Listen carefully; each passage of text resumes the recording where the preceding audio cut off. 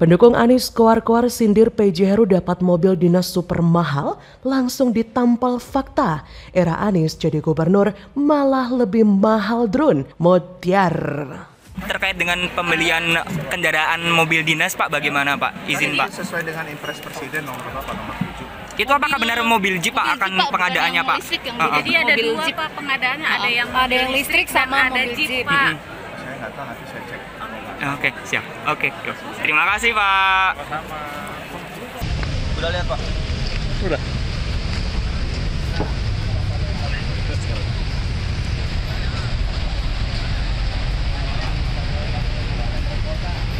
Oke, Pak. Udah.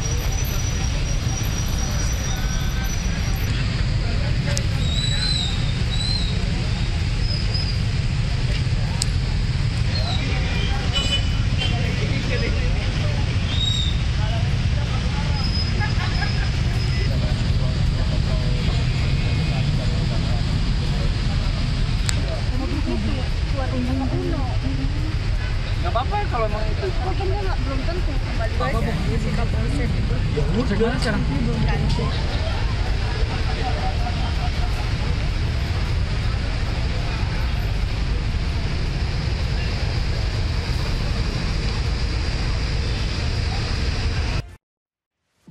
Dilansir dari laman tribunjakarta.com, tengah ramai di media sosial soal rencana pembelian mobil dinas merek Jeep untuk PJ Heru Budi yang menelan anggaran hingga 2,3 miliar. Akun Twitter pendukung Anies Baswedan @ekoboy2 bahkan dengan nada yang tendensius mencuitkan, baru berapa bulan menjabat dapat 2 buah mobil mewah, merakyat sekali, buzzer pada tiarap semua. Namun hal tersebut lantas dibalas telak oleh warganet seperti akun Habib Slow @wagimandip212. Hoam, seperti ekspresi mengantuk sambil melampirkan screenshot berita Anies Sandiaga yang mendapatkan 2 mobil Land Cruiser.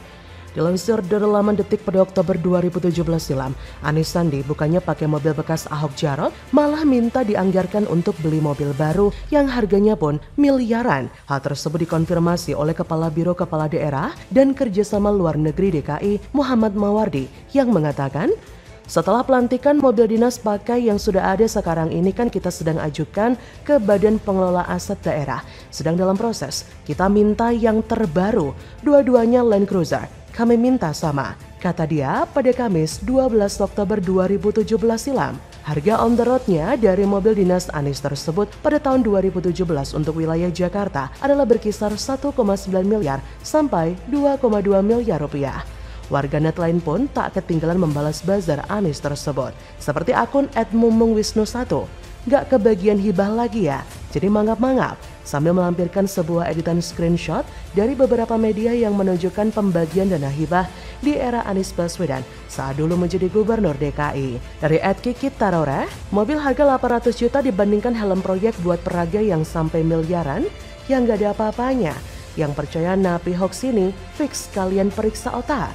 Dari @Pak D Jenggot aja, buzzer haram jeda kompak teriak-teriak duit 2,3 miliar buat beli mobil, tapi belaga goblok waktu ratusan miliar buat beli lem Aibon.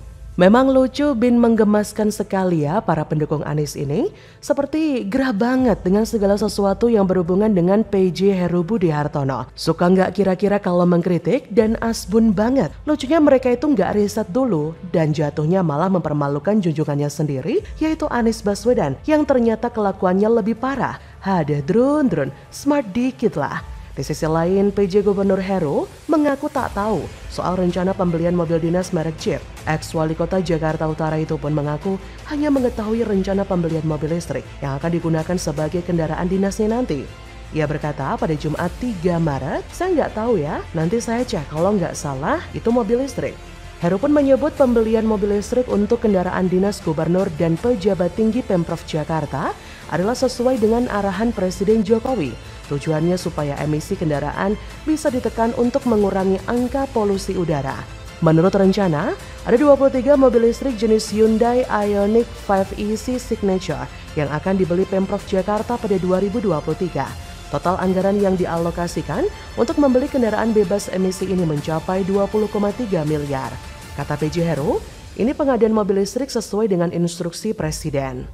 Rencana pembelian kendaraan dinas operasional merek Jeep ini termuat dalam situs Sistem Informasi Rencana Umum Pengadaan Lembaga Kebijakan Pengadaan Barang dan Jasa atau SIRUP LKPP. Adapun pengadaan ini masuk pada alokasi anggaran UPT Pusat Penyimpanan Barang Daerah Badan Pengelola Aset Daerah DKI Jakarta. Dalam situs itu, paket pengadaan kendaraan dinas untuk Heru dan Prasetyo selaku Ketua DPRD DKI dibuat secara terpisah. Pada paket pengadaan kendaraan dinas untuk Heru, kode RUP yang terdaftar adalah 388-38034. Pengadaan kendaraan dinas bermotor perorangan PJ Gubernur sumber daya APBD 2023 dengan total pagu 2,3 miliar rupiah lebih. Demikian bunyi uraian keterangan yang tercantum dalam situs SIRUP LKPP seperti dikutip Kamis 2 Maret 2023. Jadi, bagaimana menurut Anda?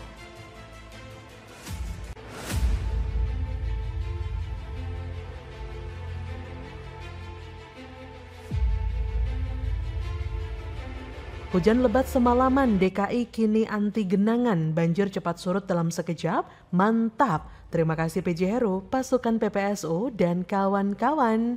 Sampah-sampah yang bekas dari banjir itu biasanya sampah-sampah yang terbawa oleh air hujan, sampah-sampah yang dari atas itu kan turun tuh dari saluran-saluran.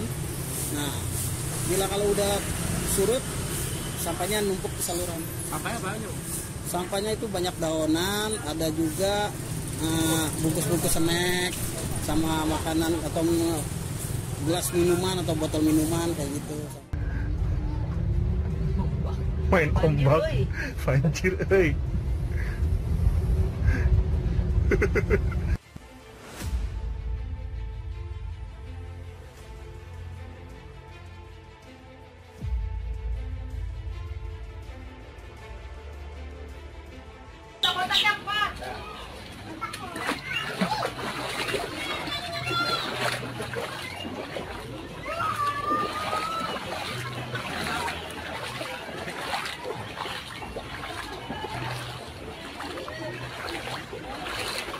Adanya segini bang, adanya segini.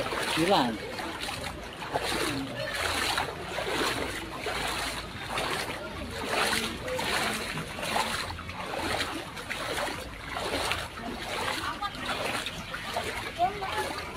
Halo, corona deh.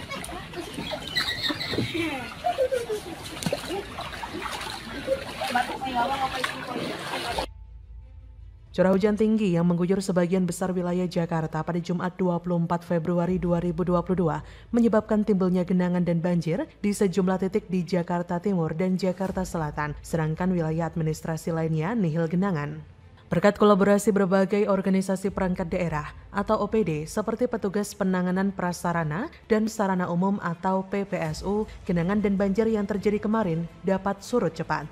Penanganan dilakukan di Jalan Tegal Parang Selatan 1, Kelurahan Tegal Parang, Mampang Perapatan, Jakarta Selatan. Para petugas bergotong royong membersihkan sampah yang menyumbat saluran air. Bukan hanya di Jakarta Selatan, genangan juga sempat terjadi di RW 4, Kelurahan Duriko Sambi, Kecamatan Cengkareng, Jakarta Barat, Jumat 24 Februari. Namun ternyata genangan juga sudah surut total sejak sore. Genangan disebabkan oleh meluapnya aliran Kali Mukefar serta hujan deras yang mengguyur Jakarta sejak dini hari hingga menjelang siang. Ketua RW 4 Kelurahan Duriko Sambi Yusuf mengatakan genangan di wilayah permukimannya mulai surut sejak pukul 13.30. Menurutnya, saat pagi genangan yang muncul di Jalan Timbul Jaya setinggi 20-50 cm. Kemudian pada siang hari berangsur surut hingga menyisakan ketinggian 5-10 meter saja. Lurah Duriko Sambi, Heri Nurdin menuturkan, genangan yang terjadi di RW 4 disebabkan intensitas hujan yang lebat serta lama ditambah meluapnya aliran Kali Mukefar. Untuk menangani genangan yang muncul, pihaknya melakukan monitoring dan mengerahkan 15 petugas PPSU, berikut 2 unit gearmore untuk membersihkan sampah. Memang Jakarta dan sekitarnya hujan dalam durasi yang cukup lama pada Jumat kemarin. Namun, dalam peringatan dini cuaca Jabodetabek yang dirilis pukul 6.28 WIB Jumat, BMKG menyatakan cuaca hujan sedang hingga lebat bakal berlangsung sampai pukul 9.30. Tapi nyatanya sampai pukul 11 hujan masih turun deras. Efek hujan deras ini adalah meningkatnya potensi banjir dan genangan di Jakarta. Berdasarkan informasi yang disampaikan Dinas SDA DKI Jakarta melalui Twitter, ada 6 pintu air yang berstatus waspada per pukul 10 WIB. Wilayah sekitar pintu air tersebut juga dilaporkan masih diguyur hujan dan gerimis. Berikut daftar pintu air yang berstatus waspada. 1 pintu air Manggarai, 2 pintu air Karet, 3 pintu air Pasar Ikan, 4 pintu air Marina, 5 pintu air Sunter Hulu, 6 pintu air Angke Hulu. Sementara BPBD DKI Jakarta melalui Twitternya menghimbau warga di sekitar wilayah pintu air yang disebutkan di atas untuk mengantisipasi kemungkinan terdampak genangan. Atas sigapnya Pemprov dan BPBD DKI, genangan-genangan yang sempat terjadi di DKI akhirnya cepat surut dan tidak berpotensi banjir. Bahkan genangan setinggi 10 meter yang sempat melanda Jalan Keramat Raya Tugu Utara, Koja, Jakarta Utara, surut pada pukul 9.30. Arus lalu lintas yang sempat tersendat di ruas jalan tersebut kini sudah bisa dilalui para pengendara dengan lancar. Hal ini berkat sigapnya pelaksana tugas PLT Lurah Tugu Utara, Sukarmin yang telah menerjunkan 1 tim PPSU yang terdiri dari 7 orang untuk mengatasi genangan di Jalan Keramat Raya. Hal ini seperti imbauan dari PJ Gubernur DKI Jakarta, Heru Budi Hartono, kepada para lurah RT RW untuk tetap waspada ketika musim penghujan tiba. Terlebih perkiraan cuaca menurut BMKG tidak menentu, dan itu pun terbukti. Beberapa hari terakhir ini, hujan lebat sering melanda DKI Jakarta. Banyak genangan yang terjadi, tapi cepat surut setelah PJ Heru turun tangan. Jadi bagaimana menurut Anda?